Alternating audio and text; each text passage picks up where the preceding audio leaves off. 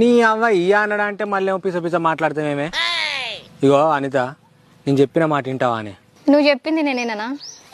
మా ఇంట చెప్పేంటిదో వింటావు కానీ నేను సమ్మక్క గద్దెల కాడ బట్టల సంచి చదువుకొని ఉన్నానే. ఆహా, పట్నం పోయి పైసలు సంపాదించుకొస్తావా? అందుకే ఆ ముళ్ళ చదువుకొని అక్కడ ఉన్నావా? వచ్చినాక పెళ్లి చేసుకుందావా? నీ అవ పని చేసుడు కాదే, నువ్వు రాయే. నువ్వు వచ్చినావు అనుకో, ఇద్దరం కలిసి లేచిపోదాం. జల్దీ రా, సమ్మక్క గద్దెల కాడికి రా. అబ్బా, దీని తెగిరితంలో నేను రాను. వచ్చినా ఎట్లా తీసుకోపోతావు? అరే, సమ్మక్క గద్దెల కాడ కరిమారి పోయి ఆటోలు ఆగుతాయి, ఆటోలు ఎక్కి వీగుదాం. నువ్వు రా. గట్లనా? మరి కొద్దిగా ముందుగాలా చెప్తే అయిపోవు కదా? మా బాపుకు చెప్పొచ్చేదాన్ని.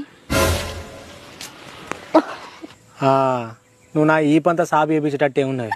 అరే గట్ల చెప్పొస్తే ఊరంతా టామ్ టామ్ కాదా అనే బే అవంతా పిచ్చ పిచ్చ చేస్తావు నువ్వు.